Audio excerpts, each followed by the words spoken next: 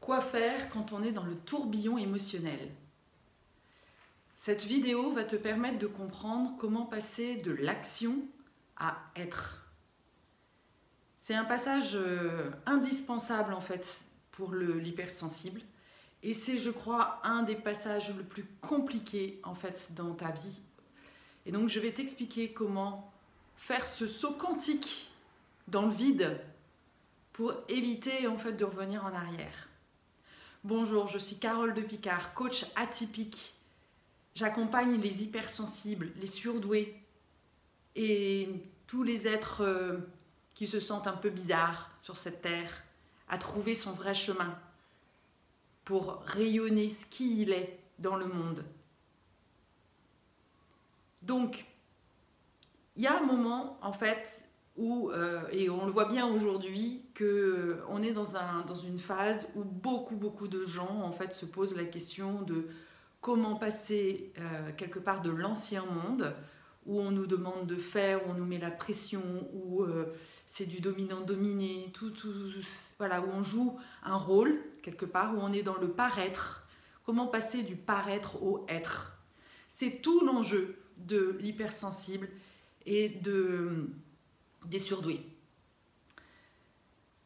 Pour ça, en fait, j'avais envie de revenir sur ce passage qui a été pour moi vraiment le plus compliqué, et je crois que c'est certainement ce que tu vis aujourd'hui si tu regardes cette vidéo. C'est le moment où, quelque part, si je reprends la métaphore de Harry Potter, il y a Hagrid qui vient taper à sa porte et qui l'emmène dans le monde des sorciers, dans l'école des sorciers. Et donc c'est voilà, où il va réapprendre en fait quelque chose de complètement nouveau. Mais à l'époque, au moment où en fait on va le chercher, il ne sait pas du tout qu'est-ce qui l'attend. On sait ce qu'on quitte, mais on ne sait pas en fait ce qu'on va retrouver. Et là, il y a un moment où en fait tu es complètement perdu. Tu as l'impression d'avoir le cerveau qui part dans tous les sens parce que tu as ton petit hamster qui se pose plein de questions et qui n'arrive pas en fait à résoudre cette problématique de mais qu'est-ce que je vais faire en fait? Et donc moi c'est quelque chose qui s'est passé il y a 5 ans. À l'époque, je me suis fait virer par mon employeur, Visa Inc., pour ne pas les citer. Et donc c'est à ce moment-là que j'ai vraiment eu cette sensation qu'il n'y avait pas de justice et que je ne pouvais faire confiance à personne. 1 an avant, j'avais été embauchée en étant vraiment considérée comme une espèce de sauveuse, super attendue, super reconnue, etc., etc. Et 1 an après, je me faisais virer comme une malpropre. Mes propres collaborateurs que j'avais accompagnés dans l'évolution, que j'avais vraiment coachés, m'ont complètement abandonnée. Heureusement, une des collaboratrices était à mes côtés, parce que sinon, franchement, je ne sais pas ce que j'aurais fait. J'étais pleine de doutes, parce que en tant que bonne hypersensible, il y a toujours cette part de « mais qu'est-ce que j'ai bien fait pour en arriver là ? Pourquoi moi, quoi ?» On me renvoyait en fait que j'avais été toxique pour mes collaborateurs. Je ne sais pas si tu imagines être toxique pour une hypersensible, ce que ça veut dire. Bref, donc j'étais vraiment au bout du rouleau. Je crois que j'ai vraiment connu, je crois que c'était la 2e fois que je connaissais un burn-out, une phase dépressive vraiment très forte et sensation d'être complètement paumée et de plus savoir qui j'étais. Parce que d'un côté, l'entreprise me renvoyait quelqu'un que je ne connaissais pas, quelqu'un de toxique qui avait fait du mal à ses collaborateurs. Et donc moi, j'ai toujours une part de doute de « et si c'était vrai ?» et voilà, et pas de perspective d'avenir, sensation d'avoir épuisé en fait le système. Je ne me voyais pas du tout revenir dans une entreprise parce que j'avais été... ouais, c'était quelque part pour moi une dernière chance. Et donc il y a des moments comme ça, que ce soit d'ailleurs pour ta vie professionnelle ou ta vie perso, ça peut être aussi des événements perso qui t'ont amené à un moment donné à perdre vraiment confiance dans qui tu es. Et là, c'est un moment, mais vraiment, c'est ce que j'appelle la voie du héros, où le héros, justement, se dépouille de qui il est pour justement renaître à lui-même. C'est un peu le phénix qui renaît de ses cendres. Mais pour ça, il faut vraiment être accompagné, parce que si tu vis ça toute seule, c'est vraiment, vraiment super douloureux. Et donc, qu'est-ce que t'invite cette période? Déjà, la première des choses que j'ai envie de te dire, c'est de prendre conscience, et cette vidéo est là pour ça, pour te permettre de prendre du recul et de voir que en fait, ces personnages-là qui sont autour de toi ne sont que des acteurs. La vie est comme un film. Tu es en train de vivre un film dans lequel, en fait, au quotidien, tu as des personnages, des acteurs qui vont venir te confronter, te faire vivre des choses pour t'élever. C'est vraiment pour le bien, pour ton bien le plus élevé. Que ce soit de ta naissance à ta mort, les personnes qui sont autour de toi, à commencer par tes propres parents, tes sœurs, tes frères, enfin tes enfants, tous ces personnages-là, ce sont des personnages avec lesquels tu as fait des contrats d'âme pour pouvoir justement t'élever au niveau le plus élevé. Et ça, c'est super important d'en avoir conscience. Alors au début, tu vas peut-être regarder cette vidéo en disant « mais waouh, elle a fumé la moquette !» Et c'est vrai qu'au début, voilà, quand tu commences à sortir de l'ancien monde, tu es très loin de tout ça. Donc ça te paraît un peu bizarre. Et puis en fait, tu vas vivre plein d'événements qui vont te permettre de prendre conscience que ce que tu vis, ce n'est que des contrats d'âme. Et donc il y a des moments où les contrats d'âme peuvent être un peu violents. Mais là, en l'occurrence, toutes les personnes de chez Visa étaient là justement pour me sortir de l'entreprise parce que c'était pas ça ma place. Donc, à un moment donné, quand je ne veux pas comprendre, eh ben, on me met des personnages qui sont là pour vraiment me pousser à évoluer et à aller voir en fait les ressources qui sont en moi pour pouvoir faire un saut quantique. C'est ça en fait ce qu'il faut que tu comprennes. Et donc, une fois que tu as compris que finalement le monde dans lequel tu es est comme un film, que ce sont donc des contrats d'âme, eh bien, il faut aussi que tu te relis. L'enjeu, ça va être de passer de la peur à la foi. C'est-à-dire que tu sors en fait du monde et aussi d'un type de personnalité où tu es vraiment dans l'action, dans l'adrénaline. Moi, jusqu'à chez Visa, j'étais une espèce de guerrière. J'étais... voilà, celle qui voulait aller absolument réussir. Voilà, c'était la réussite, c'était les enjeux de monter dans la hiérarchie. Même si quelque part au fond de moi, c'était pas ça le plus important, il n'empêche que pour mes parents, il y avait ce besoin en fait de montrer que j'étais capable. Et donc j'étais tout le temps poussée en fait par l'adrénaline de l'action, du challenge, du défi. C'était ça en fait mon moteur dans ma vie. Et là, en fait, vu que justement je me confronte au fait que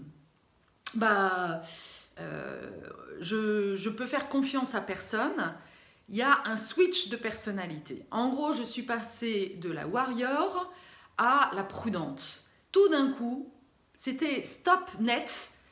Vu que le truc, il m'est arrivé en pleine tronche, et évidemment, c'est une redite aussi de mon enfance, c'est-à-dire que pendant toute mon enfance, j'ai revécu en fait ces moments où il y a des choses qui venaient un peu par surprise, et donc il fallait que j'aille revisiter ça. Mais ça, c'est un autre sujet. Donc en fait, voilà, je me retrouve tout d'un coup face à un événement qui me reconfronte à qui je suis. Et donc je switch de même pas peur. Voilà, c'était vraiment le même pas peur. Là, le promoteur, le guerrier, il va vraiment... D'ailleurs, à ce moment-là, il essaye souvent des sports un peu extrêmes. Moi, j'ai fait du parapente. Il y a beaucoup de gens, c'est marrant en ce moment, j'accompagne pas mal de femmes qui sont passées par ces phases où saut en parachute, saut parapente, voilà, c'est vraiment des sports super extrêmes où tu as l'impression en fait que tout est possible. Voilà, tu sautes, même pas peur. Et tout d'un coup, tu arrives en fait comme dans un nouveau monde, un nouvel épisode où tu deviens mort de peur. Parce que voilà, il y a un événement qui t'a reconfronté au fait que tu contrôles rien en fait. Et donc du coup, l'enjeu, là, à ce moment-là, ça va être justement de te connecter avec la foi. C'est la confiance que tu n'es pas seul. Et c'est vraiment un chemin que de se connecter, surtout quand tu n'es pas croyante comme moi, parce que moi, c'était vraiment... voilà, je suis d'éducation catholique, mais je suis plutôt agnostique. Et donc du coup, quand on a commencé à me parler de me relier à la foi, au divin, waouh, je me suis dit non là, franchement, je vais pas faire confiance à ça quoi. Moi j'y crois pas quoi. Et en fait si. Et en fait c'est même pas, ça n'a rien à voir avec l'histoire de religion, mais c'est vraiment prendre conscience que finalement, il y a quelque chose de plus grand qui nous dirige. Et qui sait mieux que moi en fait où on m'amène. Et c'est ça. Et c'est aussi passer du masculin qui est dans l'action, dans le faire, dans le paraître. Donc là on voit bien le côté super masculin et l'invitation à aller dans le féminin. C'est-à-dire la coupe du féminin qui reçoit. Et donc il y a une invitation là aussi à se poser et à faire confiance. Faire confiance que on va t'aider. Alors ça ne veut pas dire non plus ne rien faire, mais ça veut dire être à l'écoute en fait de qu'est-ce qu'il y a là à l'intérieur, d'être plutôt vraiment de revenir à l'intérieur dans tes tripes, de justement accueillir toutes ces émotions, parce que c'est ça aussi qui est en train d'émerger quand tu vis cette phase où tout d'un coup t'as peur, tu vas te retrouver dans ton féminin qui va se reconnecter aux sensations, parce que le promoteur, lui, le guerrier, il est complètement coupé de ses émotions. C'est le même pas peur, encore une fois. Hein. Donc évidemment, pour être dans le même pas peur, le côté émotionnel, il n'y a rien, quoi. Donc du coup, il y a ce choc, justement émotionnel qui est là, pour te faire reconnecter à ton féminin. Et le féminin, encore une fois, c'est l'eau, donc c'est les émotions, il faut laisser pleurer, il faut laisser couler et attendre quelque part que quelque chose survienne. C'est vraiment ce passage aussi des saisons, de l'hiver. Voilà, l'hiver, en fait, normalement, on est invité à attendre, à se poser, à ces hibernations. C'est là où on fait le tri, on jette ce qui n'est pas bon, on pardonne, parce que ces événements-là, encore une fois, qui t'ont été donnés à vivre, ne sont là en fait pour que te faire évoluer. Alors quand tu es dedans, évidemment, c'est pas tout à fait le moment de pardonner, mais il y a un moment donné où il faut lâcher, il faut vraiment lâcher prise, que c'est juste, tout est juste.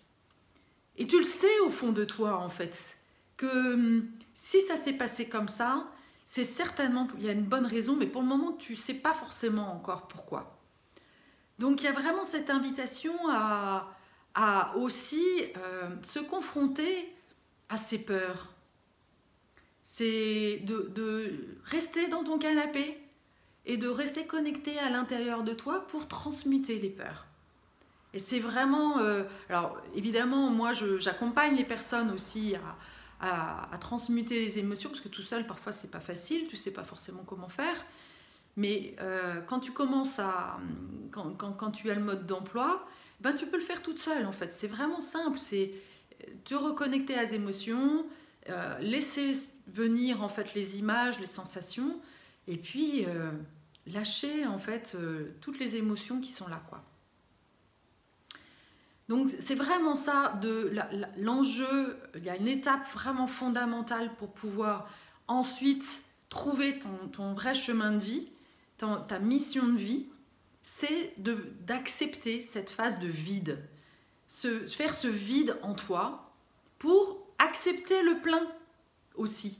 Parce que tant que tu es dans le faire, tant que tu gardes ton ancien boulot, tant que voilà, tu peux pas changer, tu peux pas être ailleurs en fait, tu peux pas être dans l'ancien et dans le nouveau à la fois. Et ça, c'est vraiment un truc qu'il faut comprendre, que tu peux pas te dire, et moi je sais que tout mon parcours, ça a été que ça en fait. Quand je me suis mariée, pendant des années, je me suis dit non mais c'est pas grave, en fait j'attendais mon prince charmant quoi quelque part. Je savais que j'étais pas heureuse, mais j'attendais mon prince charmant. Et donc du coup, je me suis dit bah ouais, c'est pas grave, il va venir. Mais non, tant que j'avais pas divorcé, il pouvait pas arriver. Et après, c'est pareil. Tant que j'ai pas quitté mon ancien job, je peux pas laisser venir quelque chose d'autre. Et donc, c'est les étapes. C'est les étapes qu'il faut vivre du héros. Parce que c'est aussi là où justement tu vas retrouver qui tu es vraiment. Si tu es dans la sécurité, quelque part, tu n'es pas toi-même. Tu restes dans quelque chose de trop confortable quelque part.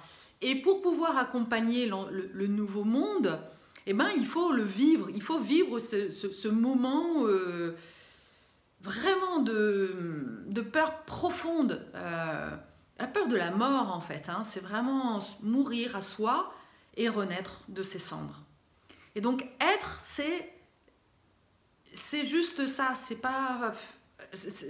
C'est juste accueillir et faire confiance qu'il y a quelque chose qui est au-delà, qui est plus grand que toi. Et arrêter d'être sans arrêt en train de faire, laisser venir les émotions, te reconnecter à ce qui se passe à l'intérieur de toi. Et ensuite, en fait, il y a un moment donné où les choses se remettent en marche. C'est vraiment comme cette image de l'hiver. L'arbre, en fait, quand tu vois les arbres en hiver, tu te dis, mais c'est mort. Il n'y a rien, en fait, il n'y a pas de vie. Et si, au printemps, tout d'un coup, tu commences à voir réapparaître le vert, les petites pousses, eh bien toi, c'est pareil. Fais confiance dans le cycle de la création. Et il n'y a pas de cycle de création, il n'y a pas de renouveau tant que tu ne meurs pas à toi. Et c'est ça qui a vraiment traversé. C'est l'épreuve la plus compliquée qui soit, que ce soit encore une fois dans la vie personnelle ou dans la vie professionnelle. Parce que dans la vie personnelle, c'est pareil. Si tu as vécu en fait des périodes, des moments difficiles avec une vie avec des pervers narcissiques ou avec des gens qui t'ont manipulé, des gens avec lesquels tu as vécu l'injustice, des choses vraiment dures, c'est difficile en fait de laisser mourir ce type de relation et de pardonner, parce qu'il y a à pardonner justement les personnes qui sont venues à toi pour te faire vivre ça, pour laisser apparaître quelqu'un d'autre dans ta vie. Et t'ouvrir aussi à l'amour, vraiment, quoi, à l'amour véritable, à l'amour authentique, et t'autoriser à vivre quelque chose, à te faire du bien, à te faire du plaisir. Parce que c'est ça l'enjeu. C'est de passer aussi de la souffrance au plaisir de vivre. De passer de la survie à la vie. Pour moi, c'est ça, en fait, le passage... Le chemin en fait de l'hypersensible, du surdoué, pour moi, il est là en fait. Le surdoué, il est là en fait, c'est une vieille âme qui est arrivée sur Terre pour accompagner les humains dans sa transformation. Mais pour pouvoir accompagner les humains dans sa transformation, eh ben, il doit le refaire en fait. Il doit refaire le chemin parce qu'évidemment, on a oublié d'où on vient. Et donc du coup, il va falloir vivre des souffrances, les souffrances humaines, pour pouvoir retrouver le chemin de faire autrement et pour embarquer tout le monde en fait. Voilà, c'est ma vision en tous les cas. J'avais vraiment envie de partager tout ça parce que de plus en plus j'ai des questions qui me viennent de, de gens qui me suivent, qui me titillent justement sur tous ces aspects un petit peu plus, beaucoup plus spirituels même. Alors c'est vrai que jusqu'à présent, comme j'accompagne les entrepreneurs sur la partie business, c'est comme si j'osais pas trop en fait aborder ces questions spirituelles, peur d'être trop perché peut-être, et à la fois je pense que c'est vraiment le chemin de l'hypersensible, que d'accepter ce côté spirituel et de pas en faire quelque chose à cacher, parce que plus on le cache, et moins on le rend, moins on apporte cette valeur. Et je suis convaincue que toi qui me suis, quelque part au fond de toi, tu sais que tu es une âme. Il y a ton âme de toute façon qui comprend tout ça. Ça va peut-être passer par ton inconscient au démarrage, mais en tous les cas, je pense que c'était vraiment important d'en parler aujourd'hui. À très bientôt pour une nouvelle vidéo.